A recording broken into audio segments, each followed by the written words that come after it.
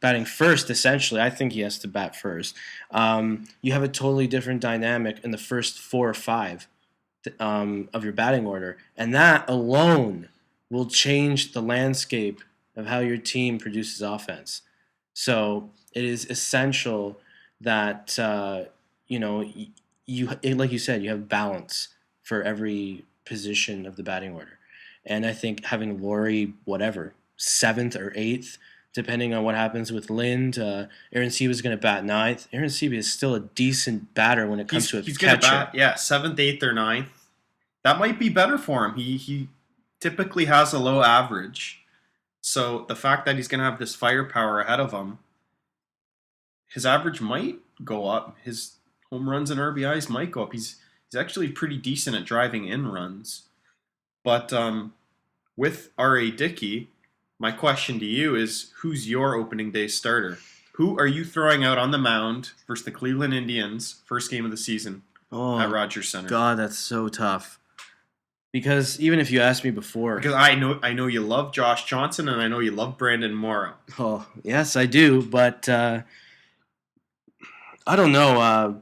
It depends on the opening series. Do you know what the opening series is? Cleveland. At home. Yeah. You'd probably be going up against who's either the next Osvaldo Jimenez or Justin Masterson. This is what I would have happen. You know that Cleveland is going to be the first series, but I don't think you can base your pitching rotation off who you're facing the first series, though. Yes, you can. No. Just bear with me.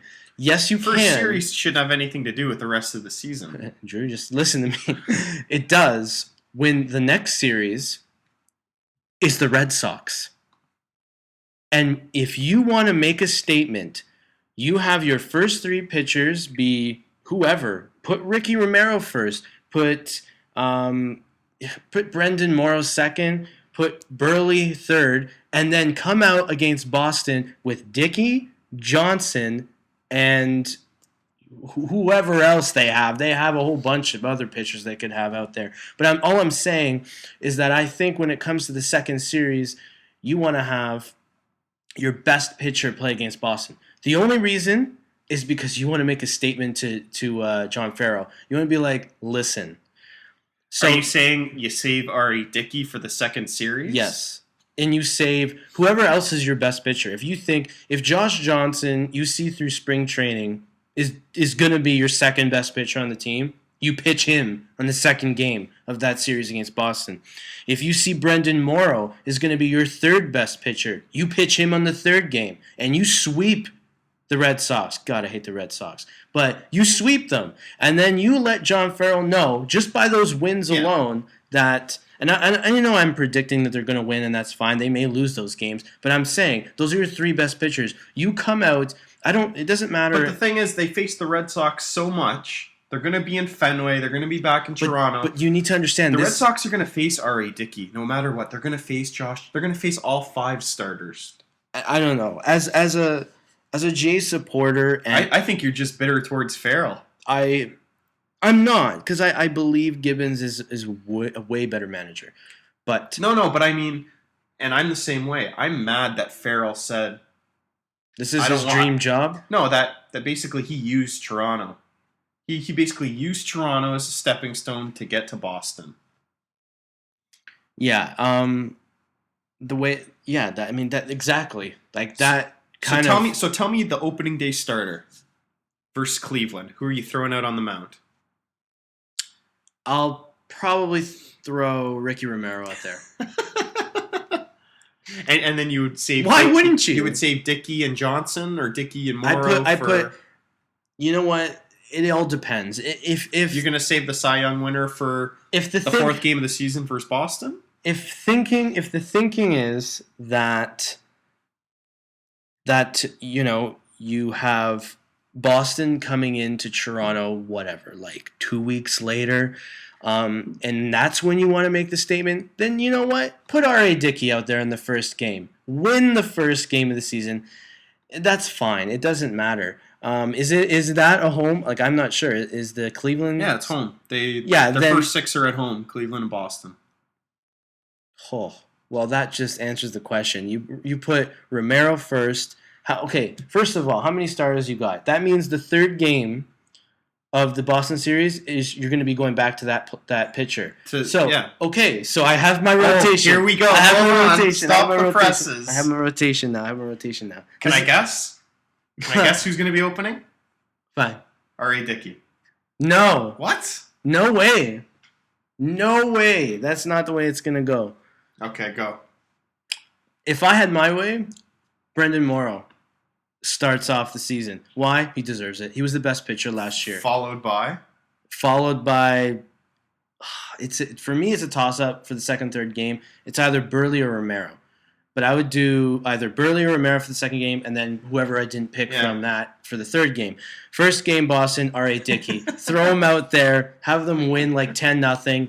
Then put Johnson out there the second game. Put Morrow out the third game, and you just we're 6-0 like and that. we're 6-0. There you go. So things are looking up for the Jays. I would put R.A. Dickey opening day just because you went out and you got a Cy Young. Either way, he's facing Boston, right? So I don't care either way, right? You're right. Unless he pitches the second or third game, he won't be facing Boston.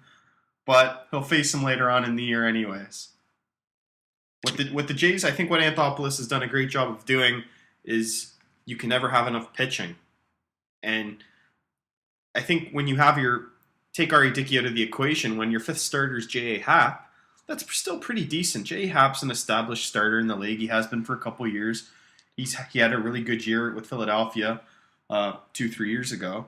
So, and you have to understand they also have Drew Hutchinson coming back, Kyle Drabek coming back. You don't know how they're going to perform, so it's better. But they're coming back in 2014, Yeah. So you still have this. You have this really great rotation going into 2014, 2015.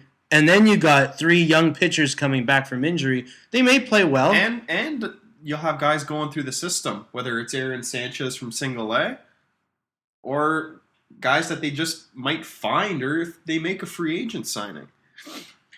Either way, it's looking good for the Jays, so I'm happy. And I still think Brendan Morrow should be pitching the first game. I would say... Do you not believe that Brendan Morrow was the best pitcher for the Jays last season? No, I don't question that. Now, as a publicity thing, yes, you put R.A. Dickey first. But come on. Brendan Morrow has been with this team, and... I would go Dickey, Romero, Morrow, Burley, Johnson. Well, you're flawed in your judgment. Only because Dickey won Cy Young. You go to the Romero, who has been your ace, and he's a lefty, and he's got fire. Then you throw Morrow, you go back to the lefty and Burley, and you finish it off with, oh God, horrible that you finish it with Josh Johnson. But we're gonna look at I have a question. Do you think Josh Johnson's going to sign an extension now that R.A. Dickey's with the team? I don't think R.A. Dickey has any meaning. Yeah, but he sees. Listen, it's a Cy Young winner, right? The Jays are stuck between a rock and a hard place in that if Josh Johnson doesn't have a good year and say the Jays don't have a good year, the Jays actually have a better chance to re-sign him in the offseason. Whereas compared if the Jays have a good year, make the playoffs, Josh Johnson's a big part of that. He's going to get a big payday. Look what the pitchers are going for on the market. Zach Greinke's making $25 million a year. Anibal Sanchez. Who's Anibal Sanchez, really? 5 years, $80 million. Josh Johnson's going to get a lot more than $80 million for 5 years. He's a way better pitcher than Anibal Sanchez. He'll crack 100 mil easily. So you don't think that he's going to want to stay with the Jays? You need to be prepared that he's going to move on. I mean, it's the same case with AJ Burnett. A lot of people thought, well, Burnett and Halladay are here. Oh, they're having a pretty decent year. Maybe Burnett's going to stay. What did he do? He opted out and he went to the Yankees, which was a blessing in disguise. He didn't pitch well with the Yankees. Now he's on Pittsburgh. He had a good year last year, but the reality is Josh Johnson's going to be here for 1 year, and then you're getting Drabek back, you're getting Hutchison back. Maybe you put Happen, or maybe you sign a guy or trade for a guy. But let's face it, for the next 3 years, like you said earlier, the Jays have this window where they're going to be competitive. And they should be one of the best teams in the American League. And that's with Romero, Morrow, Burley, and Dickey. Which brings us to the topic of Anthopoulos' tenure. Which has been impressive nonetheless. His fingerprints are all over the team. The only one, like we said earlier, is Ricky Romero, who's been left over from the JP Ricciardi era. Unless you want to then include Casey Janssen, who was as well. So Adam Lind? Would you consider Adam Lind significant, though? Not now. But he is left over.